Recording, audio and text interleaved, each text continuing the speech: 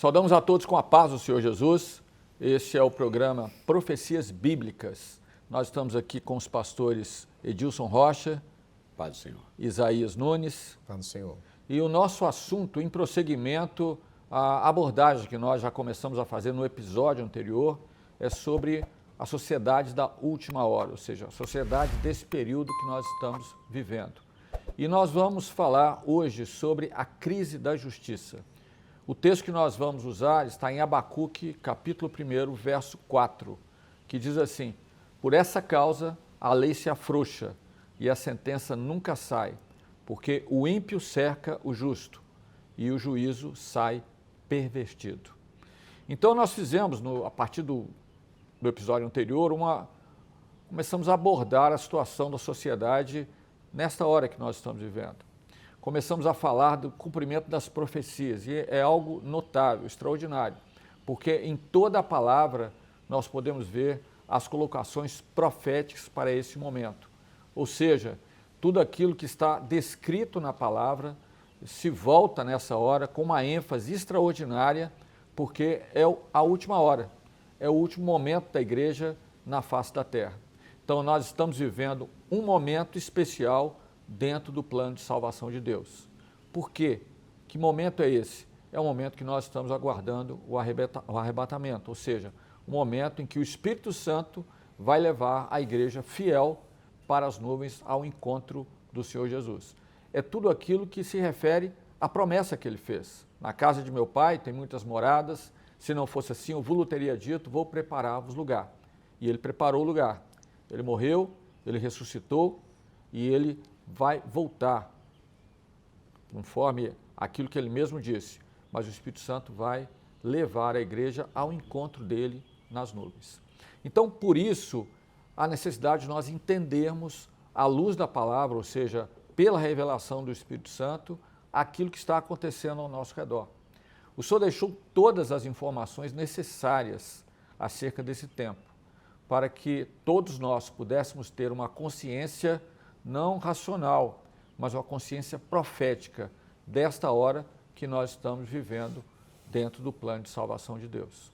Só fazendo aqui uma referência ao episódio anterior, uma contextualização rápida, aqueles que desejarem voltar, podem ver o podcast e selecionar o episódio anterior, que é a sociedade dos últimos dias, mas nós vimos no episódio anterior alguns pontos relativos à formação de uma visão de mundo que tem sido mudada. Mudada por conta de quê? O desejo de acesso à informação rápida e não ao conhecimento consistente para se enxergar o mundo. Nós estamos vivendo um momento de polarizações ideológicas, né? Um ativismo também para a defesa de posições contrárias, principalmente aos fundamentos morais e éticos já estabelecidos por Deus e vividos, de certa forma, em séculos anteriores. E também um debate emocional, ou seja, as instituições se encontram emocionadas para defender seus posicionamentos, sem uma base consistente. Falamos sobre a inteligência artificial e hoje nós vamos focar, então, na questão da justiça, da lei e da justiça. E para isso, nós vamos nos referir ao texto que nós lemos agora, do profeta Abacuque. Abacuque foi um profeta que viveu da ordem de 7 séculos, foi mais ou menos contemporâneo de Isaías, né? E antes do nascimento do Senhor Jesus. E ele fez parte de um conjunto de profetas que são chamados de profetas menores, por conta do tamanho do rolo, né? do pergaminho da profecia. E o livro de Abacuque é considerado como um grito no meio dos séculos acerca de Judá e da igreja. Então, no capítulo 3, verso 3, diz assim: ouvi, Senhor, a tua palavra e temi. Aviva, ó Senhor, aviva a tua obra no meio dos anos a notifica. Na ira, lembra-te da misericórdia. Então, a ira, ela aponta para o juízo de Deus para esse mundo. A misericórdia aponta para a redenção da igreja pelo poder do sangue de Jesus. E este é o momento que nós estamos vivendo. Há uma observação interessante, né? Porque às vezes as pessoas pensam que juízo de Deus é castigo. E juízo de Deus não é castigo. Juízo de Deus é a consequência de uma escolha que o homem faz. Então, a misericórdia de Deus sempre, em todos os momentos, veio à frente. E o juízo veio depois. Ou seja, Jesus disse assim, aquele que crê será salvo. Aquele que não crê já está condenado, é juízo. Então, é sempre importante nós lembrarmos esses dois aspectos, porque aquilo que se coloca como juízo, às vezes, não é, pastor Edilson, as pessoas às vezes entendem de uma outra forma, como castigo. Não é. É simplesmente um... É bom lembrar que Deus sempre falou ao seu povo, já nos primórdios, né, lá desde o tempo de Deuteronômio, que havia uma bênção e uma maldição. A bênção estava na obediência e a maldição na desobediência. Então, é difícil, às vezes, para o ser humano que não crê no Senhor, que não tem uma experiência, não abriu o seu coração, que ele possa entender o que é obedecer. Para ele tem que fazer a vontade dele e vai levando a vida assim. Mas o Senhor está mostrando que a ira de Deus, que esse juízo, é para o mundo mesmo. O mundo que nós estamos vendo é um mundo incrédulo. É um mundo que não aceitou a salvação, que não fez caso do sacrifício de Jesus, poder do sangue de Jesus. Mas a igreja não. A igreja valorizou isso. Ela está dizendo todos os dias, Senhor, não foi em vão que o teu filho foi à cruz, mas eu estou aqui, obedecendo, pronto para atender a tua vontade. Amém. Pronto, essa é a igreja fiel. É isso mesmo, glória a Jesus. Deus tem uma bênção para o homem, mas a salvação não é uma prisão, é o contrário, né? A salvação para aqueles que reconhecem o poder de Deus, que querem viver de acordo com aquilo que Deus separou para a vida do homem. E essa observação é importante que os pastores fizeram, para não parecer que alguns querem colocar como um Deus punidor, um Deus que Deus fere. Injusto. Pelo contrário, é Deus perdoador. Né? É um Deus perdoador. E a bênção está à nossa disposição. E por isso mesmo que não há ninguém preterido. Ao contrário, a salvação está à disposição do homem, mas o homem precisa aceitá-la e viver também na presença do Senhor. E sobre esse ponto que a lei se afrouxa, o texto que foi lido, essa expressão usada pelo profeta Abacuque, quando ele se refere à lei, ele estava, obviamente, falando da Torá, a lei de Israel. Judá vivia o início de uma decadência espiritual. A lei, ou seja, todo o ordenamento de Deus para a vida do seu povo, havia sido deixado para trás. Os sacerdotes, aqueles que eram responsáveis pela aplicação da lei, não tinham mais o compromisso diante de Deus para julgar com justiça. Já no tempo do profeta Isaías, o Senhor já reclamava do seu povo. Podemos ver no capítulo 64, versículo 6 do profeta Isaías, quando ele fala, mas todos nós somos como o imundo, e todas as nossas justiças como trapo de imundícia. E todos nós caímos como a folha, e as nossas culpas como o vento nos arrebata. Então, a testificação de ambos os profetas, tanto de Abacuque como do profeta Isaías, se refere a uma situação temporal de Israel, mas não fica tão somente em Israel. Aponta também para a sociedade dos nossos dias, para os últimos dias da igreja nesta terra, onde a justiça iria ser torcida ou distorcida por conta da multiplicação da impiedade em todo o mundo. Então, os profetas estavam falando da situação de Israel em relação à Torá, em relação aos mandamentos de Deus, como o povo havia se desviado, mas também apontando para os nossos dias, onde há essa crise grande de justiça ou uma crise com a injustiça. O grande mal do mundo, nessa hora que nós estamos vivendo, se chama impiedade, não é, pastor Edilson? Exato. A impiedade do mundo entrou em todos os setores da vida, né? Na vida pessoal, na família, no trabalho, no relacionamento pessoal. Nós estamos vivendo momentos de grandes traições, né? Há muita traição em todos os sentidos. Então, quando Jesus se refere ao momento que antecede o arrebatamento da igreja, ele mostra que a iniquidade iria se multiplicar. E por se multiplicar a iniquidade, o amor de muitos se esfriará. Mateus 24, 12, o Senhor registrou isso. A palavra iniquidade significa qualidade de iníquo, contrário à equidade, ou à justiça, ou à igualdade. Que a verdadeira justiça, ela busca uma igualdade, né? Uma equidade. Então Jesus reforça as palavras de Abacuque, quando ele diz que o ímpio cerca o justo e sai o juízo pervertido. Nós estamos vivenciando isso todos os dias, tá? Vindo coisas que nós não imaginávamos que iríamos presenciar. Porque a iniquidade ela tem se multiplicado. Por quê? É a pergunta. Por causa do caráter do homem nos últimos dias. Não é? E Paulo fala a respeito disso, dizendo assim, ó, sabe, porém, isso, que nos últimos dias sobrevirão tempos trabalhosos, porque haverá homens amantes de si mesmos, avarentos, presunçosos, soberbos, blasfemos, desobedientes a pais e mães, ingratos, profanos, sem afeto natural, irreconciliáveis, caluniadores, incontinentes, cruéis, sem amor para com os bons, traidores, é onde eu falo da traição, né? Obstinados, orgulhosos, mais amigos dos deleites do que amigos de Deus, tendo aparência de piedade, mas negando a eficácia dela. Destes, afasta-te. Foi o conselho que Paulo deu a Timóteo. Né? E é o conselho do Espírito Santo para a vida da igreja, porque a sociedade é formada pelas pessoas, naturalmente. É um conjunto, né, de pessoas que formam. Totalmente diferentes uma das outras. Exatamente. Né? Mas a característica do homem do último dia, ou seja, o caráter desse homem é exatamente, são 18 atributos. Ou seja, nós não nos iludimos a respeito do ser humano, que somos nós também. Né? É verdade. Ai de nós se nós não tivéssemos o Senhor né, como nosso Salvador. Porque o Senhor é que nos corrige, o Senhor que nos adverte. Verdade.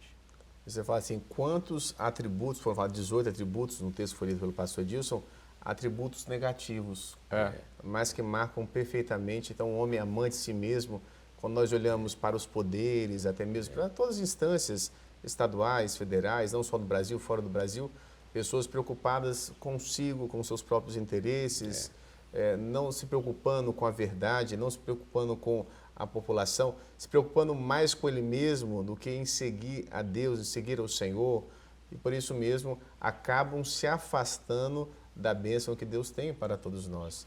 E esse caráter, ele está presente em toda a sociedade. Podemos dizer, no trabalho, na escola, na família, há uma perversão das mentes nessa última hora por uma justiça relativa, como falamos no episódio anterior, uma verdade relativa, amparada pelo crescimento da iniquidade.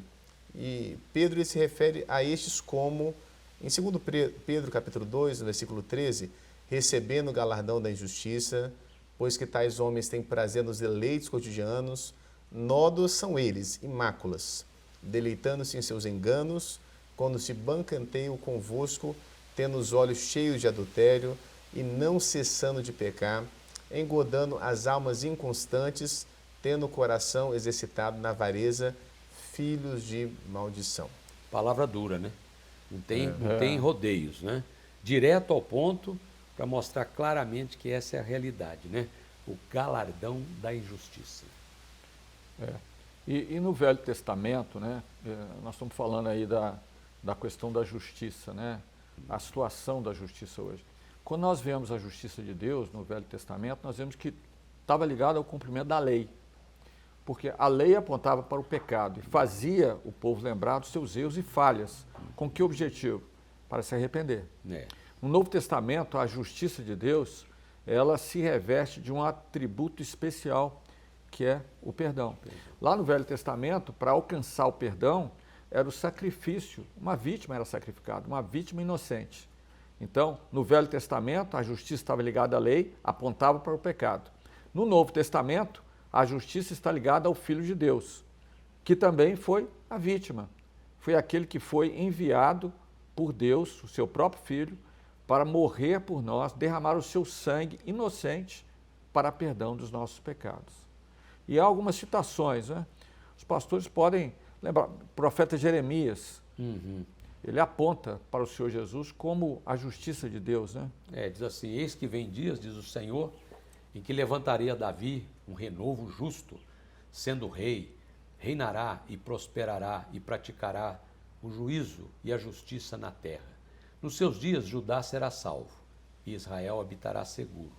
E este será o nome com que o nomearão: o Senhor justiça nossa. O Senhor é a nossa justiça, né? E o Senhor disse, bem-aventurados os que têm sede de justiça, né? É verdade. Por quê? Porque receberão juízo, justiça também, né? Sim. E o Espírito Santo foi lembrado aqui nos episódios anteriores. O Espírito Santo é o único que pode convencer o homem do pecado, da justiça e do juízo. E quando Jesus fala isso lá nos evangelhos, ele fala a justiça porque vou para o meu Pai. É muito interessante, né? Ele relaciona a justiça de Deus à subida dele ao Pai, ou seja, o cumprimento de todo o seu ministério. Então a justiça de Deus é exatamente o próprio Senhor Jesus. Quando Paulo escreve aos Romanos e também aos Coríntios, ele vai dizer em 2 versos uma coisa interessante. Aquele que não conheceu o pecado, o fez pecado por nós, para que nele fôssemos feitos justiça de Deus. Está em 2 Coríntios 5, 21. E em Romanos 5:1 diz assim, sendo, pois, justificados pela fé, temos paz com Deus por nosso Senhor Jesus Cristo. Amém. E quando nós olhamos a questão da justiça, nós encontramos o Senhor. Ele é a justiça de Deus. Porque se olharmos aqui para a terra, para as instituições, até mesmo quando olhamos para pesquisas, instituições que tinham tanta credibilidade na população, hoje nós olhamos que a própria população já não confia em certas instituições por conta disso tudo, né? O homem avarento, presunçoso, arrogante, tantas coisas que foram faladas, mas no Senhor nós somos justificados, no Senhor nós encontramos justiça, segurança. Então o homem pode até se frustrar pela sociedade, pelo momento que nós vivemos, mas sabemos que no Senhor nós somos perdoados, nós somos abençoados e nele não há injustiça alguma. E nem variação, ele não muda. A sabedoria do Senhor é maravilhosa, né? Porque ele nos faz nascer de novo, ser nova criatura. O seu Espírito Santo nos santifica e santificação, sem a qual ninguém verá a Deus, é separação do mundo, não tem outro jeito, né? Essa realidade. Mas, sobretudo, o grande perdão do Senhor que nos alcançou. O amor do Senhor foi derramado nos nossos corações. Nós viemos não por constrangimento, mas por convencimento que o Espírito Santo nos deu de que a verdade relativa já não existe mais, ela tem que ser uma verdade absoluta. Conhecereis a verdade vos libertará. Essa foi realmente a declaração precisa a respeito da verdade absoluta, né? Então nós entendemos, compreendemos aquilo que o Senhor está fazendo, essa hora, a injustiça que está em todos os campos da sociedade, né? Tudo isso é profético, está cumprido na palavra, né? Quando se fala sobre verdade, Pilatos queria perguntar para Jesus, perguntou o que é a verdade. Se ele perguntasse quem é a verdade estava ali, porque Jesus é a verdade, né? O caminho e a vida. Então o homem procura uma verdade que é relativa, tudo que o homem encontra nessa vida é relativo, mas nós encontramos a verdade, a justiça de Deus, esse caminho, né? No Filho. E para nós encerrarmos aqui, é natural que todos nós venhamos buscar uma reversão, né, desse quadro de injustiça em todo o mundo. Mas também é profético, não há como reverter isso. Porque são sinais e avisos para a igreja fiel. A injustiça hoje ela tem se estendido a todos os campos da sociedade. Mas nós temos uma esperança. Aleluia. E a nossa esperança não é para essa vida. Aleluia. Por isso que Paulo diz assim, quando escreve aos Tessalonicenses, né? Em Tessalonicenses ele escreve tanto a primeira carta quanto a segunda, mostrando exatamente o arrebatamento, a nossa esperança, aquilo que nós estamos aguardando.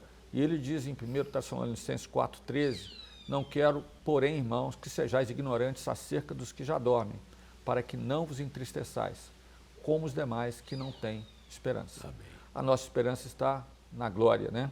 Por isso que a própria palavra fala, né? Paulo escrevendo aos Colossenses, Cristo em vós, esperança de glória. E com isso nós encerramos esse episódio, despedindo aqui dos pastores Isaías Diniz. Amém. Paz do Senhor. Pastor Edilson. E despedimos de você também. A paz do Senhor.